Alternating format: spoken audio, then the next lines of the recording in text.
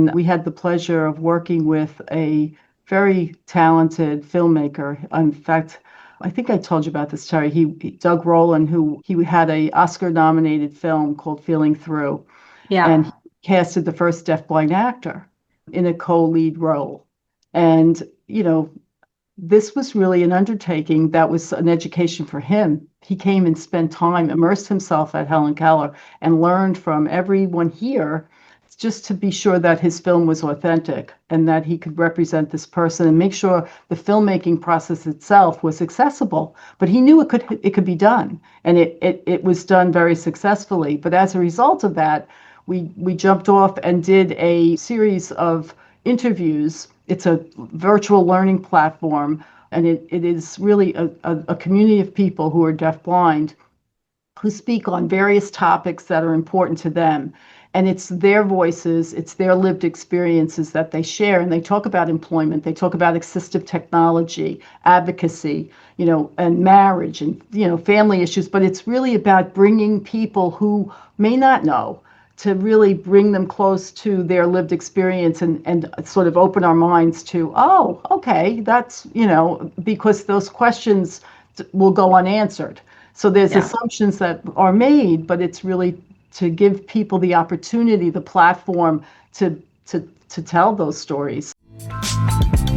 Welcome to the HR Huddle podcast, presented by Sapient Insights Group, the ultimate resource for all things HR.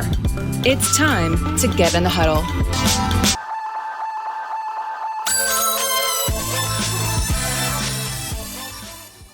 Hello, everyone. Welcome back to the HR Huddle. I'm your host, Teri Zipper. I'm the CEO and managing partner at Sapient Insights Group, and I'm back for another exciting episode of HR We Have a Problem. This is the show where we like to break down the big and most relevant HR issues of the day. We help you make sense of what they mean for you, and we talk about what you might do about them. Joining me today is Sue Ruzenski of Helen Keller Services. This is an organization that helps improve the lives of individuals who are blind, have low vision, or combined hearing and vision loss. Welcome, Sue. It's great to have you on the show. Well, thank you very much, Terry, for having me. It's great to be here. So, Sue, this has kind of been your life's work, developing and implementing innovative services in this particular community and helping people with challenges and really helping them to lead independent lives.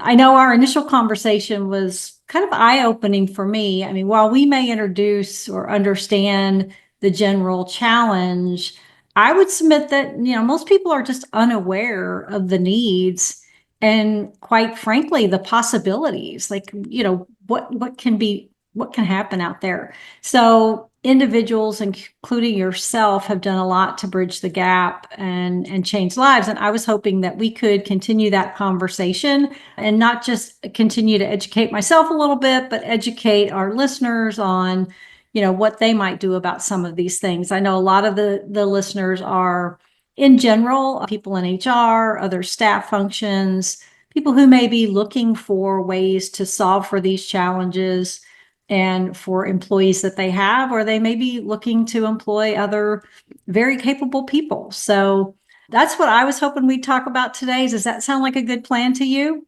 It does, very much so. And this is very much a priority of Helen Keller Services, a core value being employment and, supporting individuals who are blind, have low vision, and are deafblind to really have the best career choice and succeed in that career. So thanks for this opportunity. I really appreciate it. Well, then let's get into the huddle.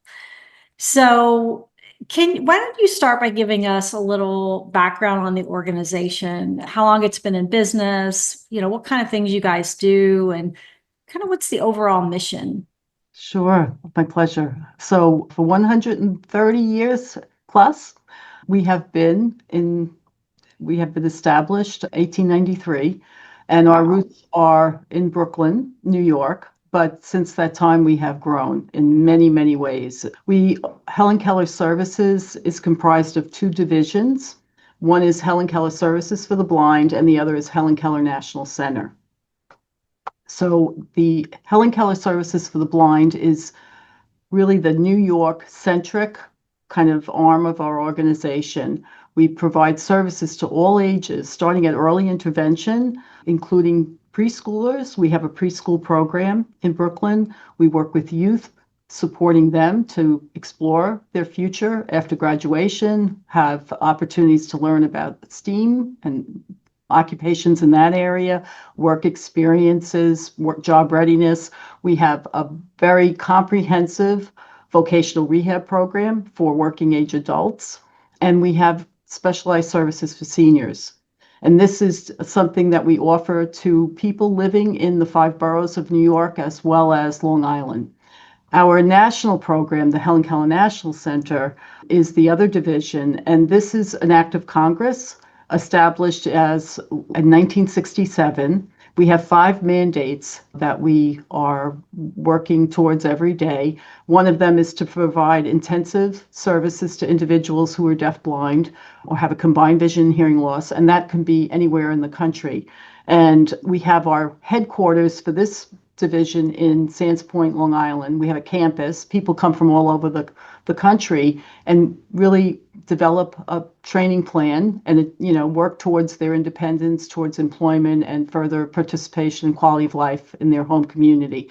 And they can be here with us for any length of time. Their services are individualized. And they really, they steer their ship, they drive the bus. It's all about us meeting people where they are and helping them to achieve their definition of success. But many times, for certain age groups, it involves employment as one of the primary core areas that they would like to address. So we support people in exploring what type of interests they have. What are their abilities? What are their preferences? What's their past work history? Maybe they have to shift and pivot to a new career, and we look at those options. Or maybe they need to adapt and learn new skills or new ways of doing things on their current, positions, the career that they have had experience with. So it's really about, promoting what it is that they're wanting to achieve. Maybe it's exploring other opportunities. And part of our opportunities might be trying out other types of employment with the support of a staff member. So there's lots of options. We have our headquarters, but we have a regional network around the country. And we've been deploying people throughout the United States. They're employment training specialists that can support people boots on the ground in their community and work with employers, work with the resources in the community, but to achieve whatever's needed to get that person on that road to success. Yeah. How did you get involved in this group? I mean, you've been doing this for a long time. Yeah, it was, I guess, one of those things that the stars aligned. It was not a personal connection with the community that I had. I was a special education teacher, and that was back, I've been with this organization for quite some time. So I started out as an instructor. I started here at the National Center, and it's been 45 years. So through this journey Amazing. of mine, I've had the pleasure of meeting people from all over and just really learning every day. And I'm still learning. And here I am, the CEO. They had to give me this position, otherwise I wouldn't leave. So anyway, it's a joy to be here. I work with a great team of people every day, but it's really the people who walk through our doors and being a part, they really, enable us to be a part of their journey. And that's a partnership that really is very meaningful. Yeah. So I think that I love the employment specialists, and these are counselors, basically people who help them evaluate what they do today, look at what might be possible for them. I'm guessing a lot of times they don't even know what's possible. And whether you've got good vision or not, I know when I was growing up, I didn't really know what I wanted to do or be. Right. Mm-hmm. So, there's that level of education. Like, how do I even figure out what's possible? And then given the challenges that I have, is that going to be possible in this environment? How do these employment specialists, when they go out into the field, do they work directly with employers and And what do they do there? What do they do with those employers? And maybe more importantly, too, how does an employer get engaged with somebody like that? Hmm. So the employment training specialists, we have a team here, a team in Brooklyn. Like there are folks that are working side by side with a prospective candidate for employment. Mhm. And they may have vision loss, they may have vision and hearing loss, they may have a very lengthy job or work history, or it may be a youth. Here's someone young, like you said, you don't know. What is it that I want to do once I graduate high school? That's a big question. And for youth, it can be even, when you have a vision loss or a vision hearing loss, those questions are even more important because sometimes within their realm of their high school, they don't have role models. They don't see successful blind individuals, successful deafblind individuals maybe, and they don't know what is possible. So part of that is exploring and really working with the job, the employment specialist, but even introducing them to adults who are on their way, or have achieved their vocational goals, and also learning with peers. I can remember a story back and when there was a youth who came and she had vision and hearing loss, and she was almost, in her senior year, and we have summer programs where people will come from around the country and they will work in the community for 6 weeks and have an opportunity to really experience what it's like to have a job with the support of a job coach. But she had written down 333 questions of what does a deafblind person do? And some of them had to do around employment. Some of them had to do around marriage and raising children and going to a prom and, cooking a meal. But it was sort of, it was such an eye-opening experience for me. But I said, I don't know. You need to ask people who are here, who are also living with a vision and hearing loss, how they do that. And that is the beauty of having an adult learning community where people do share those lived experiences. Yeah. And that's why even for us, and I'm speaking like thinking about HR professionals and other folks that are working within different types of businesses, we too are an employer of people who are deafblind. And our goal is to be an employer of choice for people who are deafblind, who are blind and have low vision in all of our locations to ensure that we are that, sort of standard and model, and we think about accessibility. It's so important that all of us within this organization support that access for any person who may have a vision or vision and hearing loss. So, being that employer of choice, having members of the community be represented in everything that we do from every different type of position, and just figuring out what those modifications, those accommodations, what's needed to make sure that that person has equal access and can succeed. Yeah. And we're not always talking about anything big from an accommodation perspective. I mean, some of these accommodations can be very simple. That is so true, Terry. In fact, there have been studies on this, and I think people have fear of that often, that this is going to cost us a lot of money to ensure that access is available. But in most cases, it's below $500 per employee to make that accommodation. Yeah. Wow. So it varies, though, of course, depending Of upon course. each person. But there are ways, and we are a resource. So if anyone has questions about how to support a person who might be losing their vision, or hiring someone and they are blind or deafblind, we are a resource. We have regional representatives. We have 11 throughout the United States, and then we have community service programs in New York, California, the Midwest, New England. So there are resources for people who could come and be a part of that conversation. They could, if in proximity, they might even be able to visit the worksite and do an assessment, look at the environment, identify what are some things, simple things that could be done that could really make a difference in terms of that individual's ease in doing their job. Yeah. I mean, imagine a lot of organizations don't really have any experience with this at all. unless they do hire someone, or unless they have someone who's already an employee who is losing their vision, or something like that. So they may not even be thinking about that as an option, right? I think some of this is education to employers, and making sure that they understand the opportunities are out there and the cost is not insurmountable to do it, right? Yeah. Yeah, I think that is it. I mean, if you had to pick one thing, what is that barrier? What's the barrier to individuals that we work with every day to being successful in the career of choice?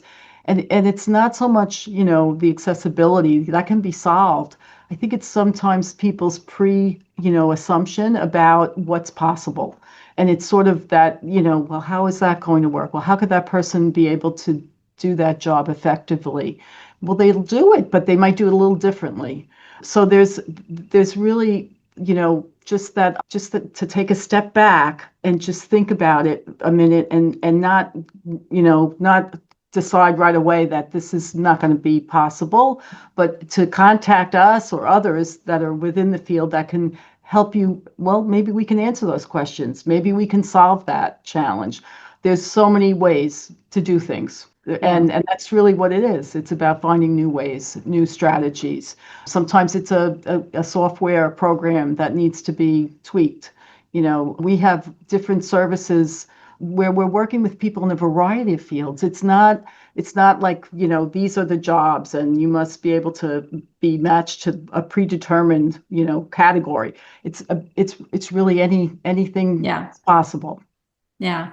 There's a lot of programs out there. I just think a lot of people don't know about them. I mean, I remember when I was in college, I worked with a program. I didn't know anything about the program, nor would I have known anything about the program, except that I sat next to a guy in my class who was blind. Mm-hmm. And he approached me about helping him, and could I read my notes, record my notes to a recorder, and anything I saw on the board, stuff that he couldn't see. Like, he recorded the class, but he wanted like additional inputs into that. So I would record my notes, I'd read the chapter for him. And I had no idea that program even existed, except that he sat next to me and he said, "Hey, could you help me?" And this guy was super smart. Like, he was, ace in the tests. So, those programs are there. Again, most people just don't know about them. And probably, unless you know somebody who's blind or deafblind, you don't think about it. Yeah. So some of it is my favorite topic, marketing, but it's really an educational thing, right? And we've tried to do that a lot with diversity and inclusion. But I think, again, some things miss the mark, or unless you know somebody, you're kind of a little bit less connected to the problem or the challenge. That had come up, in terms of really, who can really share the information that would hit home for a person who may not have an opportunity to interact with someone who is deafblind. And we had the pleasure of working with a very talented filmmaker. In fact, I think I told you about this, Teri. Doug Rowland, he had a Oscar-nominated film called Feeling Through. Yeah. And he casted the first deafblind actor in a co-lead role. And, this was really an undertaking that was an education for him. He came and spent time, immersed himself at Helen Keller, and learned from everyone here, just to be sure that his film was authentic and that he could represent this person and make sure the filmmaking process itself was accessible. But he knew it could be done, and it was done very successfully. But as a result of that, we jumped off and did a series of interviews. It's a virtual learning platform, and it is really a community of people who are deafblind, who speak on various topics that are important to them. And it's their voices, it's their lived experiences that they share. And they talk about employment, they talk about assistive technology, advocacy, and marriage and, family issues. But it's really about bringing people who may not know, to really bring them close to their lived experience, and sort of open our minds to, oh, okay, that's, because those questions will go unanswered. So there's assumptions that are made, but it's really to give people the opportunity, the platform to tell those stories. And that's meaningful, and it's a way where people might not know. And it's that part of the educational process that I think, it has an impact. Yeah. Yeah. And people want to learn no matter what their challenge or disability or whatever you want to call it, no matter what that challenge is, they want to overcome it, right? I love that you guys sort of follow them throughout their lives, because these challenges change over time, right? From being very, very young and trying to learn the ropes to being, as you said, retired and, living your best life in New York City or anywhere else for that matter. But you have to be able to get around, right? There are things that are changing in the environment every day that maybe create some new obstacles for people. I love that you guys have created that community, and it's more about the entire life cycle versus just one event. Yes. And the services, they're available at any age. The regional representatives, that we have out in the country for the Helen Keller National Center, they're there as a resource, and needs change. People's vision and hearing change over a lifespan. Oh, yeah.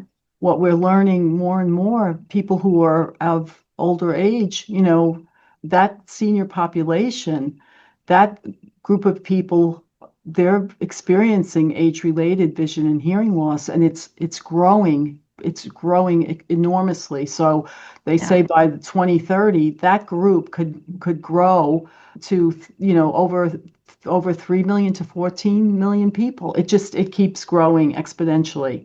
And every one of us is probably going to have someone that we know or ourselves that are going to have that experience in our lifetime. So services to seniors is a very important, and it's connecting people. And what's really helped us, with our services and really giving people access, is the adaptive technology that has become, it's just growing and advancing every day. It's just an incredible world that we're living in now compared to back, in the day. Yeah. But we just had a tech blitz here at the National Center. It was a HKS event with our instructors from Helen Keller Services for the Blind and Helen Keller National Center, bringing in vendors who are creating these adaptive technologies for people with vision and hearing loss. And we had over 300 people. It was a hands-on event. So people who were blind, had low vision and deafblind, came and got to really check out this equipment and learn what's new from all of these companies and what are the possibilities. And it's just every year it's just more exciting to see what's available. You were talking about, navigating, and there's things that were happening where we have services like Be My Eyes, where volunteers can give individuals, through their phone, visual information and help them to get through daily tasks that may not be easy. It could be, being in the pantry trying to read where the can of peas are or whatever. It could be navigating the street and knowing, wait a minute, did I pass that store? And now there are glasses. Yes. Glasses. You've probably heard about those, where you can get information with the glasses about what's in your environment, and that can really, just support people's independence and empower them to really, live their life. And, we're working with these companies on a regular basis. So part of our adaptive technology goals are providing that intensive training on all this equipment, whether it be a braille display or a magnified program, but it's working with these companies. So having people who are part of the community, having that exchange with the folks that are creating these, this equipment, so that they can get feedback and really, kind of meet the need. And it's really been a successful type of, relationship and collaboration. It's really exciting. Yeah. That independence is really critical. I mean, my grandmother had macular degeneration, so she Mhm. lost her vision much later in life. And one of the challenges that she had was she didn't like, she got to the point where she didn't want to go around people anymore because she couldn't recognize them when they came up to her. And that was, you know, embarrassing, or Mhm. she just didn't feel like that was right, that people would come up to talk to her and she just couldn't recognize them. So she sort of went inward. And, it's things like that are really challenging. I can imagine those glasses being a huge help. I've been reading about those lately because they could have instantly told her who was coming, Yes. over to her, right? Hmm. So it can progress, it can change throughout your lifetime. And I'm sure AI is going to have a big impact on some of this as well. Yes. I love that, somebody's always creating something new and working on these technologies, and Yeah. they're huge. Yeah. Yeah, that I think the AI, we haven't even, scratched the surface how that will support people with this adaptive equipment, So using AI even to give these visual descriptions, Right. there have been colleagues, who are blind who have used the equipment, and they're amazed how accurate and how detailed and how how helpful. We as humans, we try our best to, there's training you can actually enroll in. That's it's awesome. It really provides you with the skills to actually provide those types of visual descriptions, because it's there's an art and the science. There's really a methodology to it, but AI is doing a good job from what I understand. Going through Penn Station and utilizing those glasses, or it's just, we'll see it evolve and evolve. And I know a lot of people can't wait for the driverless cars to be more prevalent. That's a big, Yeah. when you have to give up your driving, and that's when you talk about independence, that's a big one for even for the young folks too. That's a tough, Yeah. it's a tough Yeah. to experience. So That there's is lots of, that that was huge. I know, a funny story. My grandmother, while she was losing her vision, was still driving, unfortunately. Like, she would drive herself to church because she knew the Mhm. way, Yeah. she knew where the stop signs were, all of that stuff. Hmm. And the day that she quit driving was the day that she drove home from church and stopped to pick up a guy on the side of the road who she thought was her neighbor. And it was just, a random hitchhiker who got in the car. Yeah. And she said, Yeah. as soon as he got in the car, she realized it wasn't who she thought it was. Yeah. And that was the day she quit driving.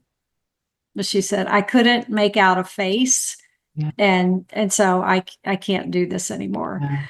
But it's hard. It's a tough decision to make, It's very hard. but Yeah. there's, there are other ways, and we work with people about safe travel, orientation mobility instructors, specifically trained to help people, navigate their Yeah. community and use a white cane. So, that's part of the training that we offer. And of course, that's important for anyone going to work to be able to get to work independently, Yeah. so it's definitely, and the adaptive technology is certainly helpful. I know for seniors, it's so easy, like you were describing, well, those things that start to happen and you lose confidence. Yes. And then you start to have this belief that, you know, I can't do these things anymore. And so you withdraw and you become more isolated, and, it really it can be a bigger barrier. So Yeah. having the opportunity to bring people together, peer learning groups, could be virtual, could be in person. We have a confident living program for seniors. We have groups right now on Long Island through HKSB that are bringing seniors together once a week at a center, and it's life changing, because it's that connection, that social connection, and then finding, hey, how are you solving that problem? And, oh, you're doing that now. Oh, maybe I'll do that. Oh, I never want to use a white cane. Oh, you're using a white cane. Oh, maybe I'll try that. What, Yeah. and so it really is the power of that relationship building that can really kind of Yeah. catapult people forward and really give them that confidence back and Yeah. change that belief system. So they feel like, oh, hey, I can go to restaurants and I can, order and still have conversations and, be a part of things. I think that's Yeah. the part that's so important is in ensuring that people can be included and that they have a life of dignity and that, we think about the differences we all have. And maybe that Yeah. difference is a hearing loss or a vision loss, but how can we support that person so they are a part of things and they are included? 2 weeks ago, we had a event, a Dining in the Dark event, and we brought in some of our, our partners, our friends and supporters, and we had dinner together under blindfold.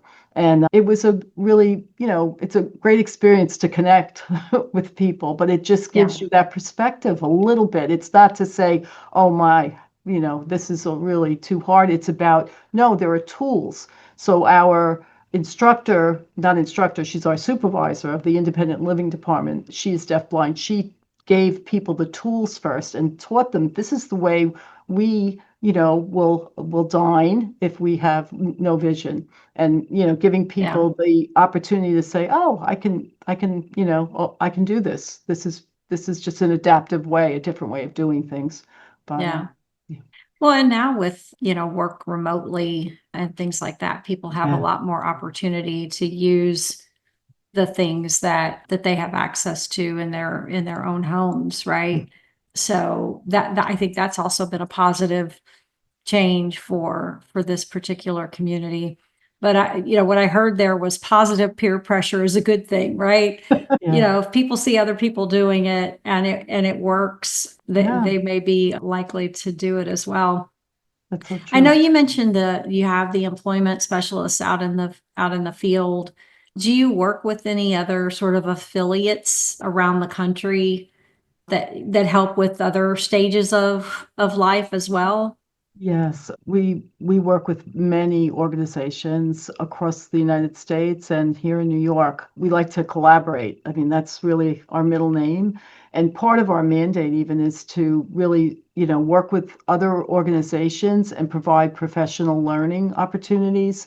We have courses available to anyone on our website. There's like 30 courses around how to support and work with people who are deafblind or blind.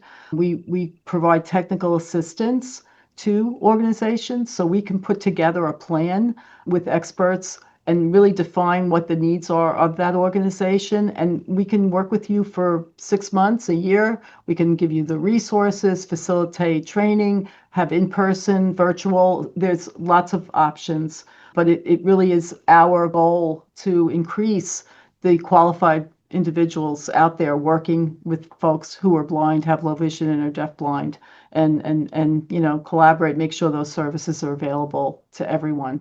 Yeah.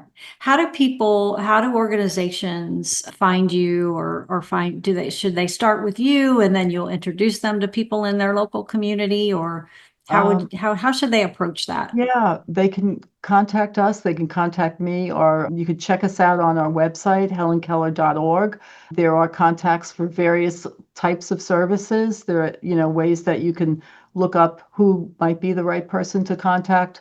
Happy to direct any communication to the appropriate person within the organization. So my email is Ruzenski, Ruzenski, at helenkeller.org. So I'd be happy to make sure that that connection is made. Yeah. Fabulous. Well, is there one thing that you might leave the audience with today that would help them, think more about this problem or get to work on this challenge, something that they could do today? I this this there's so many things. I could give you a lot of call for actions, but I think, if we look at this area of employment, which is near and dear to so many of us here, and also probably to you, or if you know of a person or a company or a business, where there might be a need for us as a resource, questions they may have, or they're interested and they want to learn more. And we can also think about what positions, if there are positions needing to be filled, how can we support to find the appropriate candidate for that position? We have a National Employment Business Relations Specialist at the ready to work with any company. So it's really introducing us to new partners or new businesses that we can work together and really, support people so that they can achieve their goal when it comes to employment. But I would say that that would be tremendous. Any connection there at all, if we could work together, that would be so wonderful and support many of the people that we work with every day. Awesome. Yeah. Well, so if any of you want to know more about this, please reach out to Sue or check out the website or share this information with anybody that may be looking for help with these types of challenges. I think this is really a worthy cause, and I know I'm going to do some follow-up on it. Not that I have anybody in this situation at the moment, but you never know when you will. And, I think opportunities are out there for you to get involved as well, if this is something that has some passion for you, which clearly did for Sue, because she's been at it so long, they finally just made her the boss. Yeah, I love it. It's just, that I am very grateful, and I'm grateful for this opportunity to just have this, chat with you, Teri, and share more about the organization. So thanks so much. Yeah, thank you. It's been a great conversation. I want to thank our producers, the Brand Method Media Group, who will bring this episode to you, and our marketing team as well. And thank you for tuning in. It's great to have you. Thanks for joining us today. That's all the time we have for this episode of HR We Have a Problem.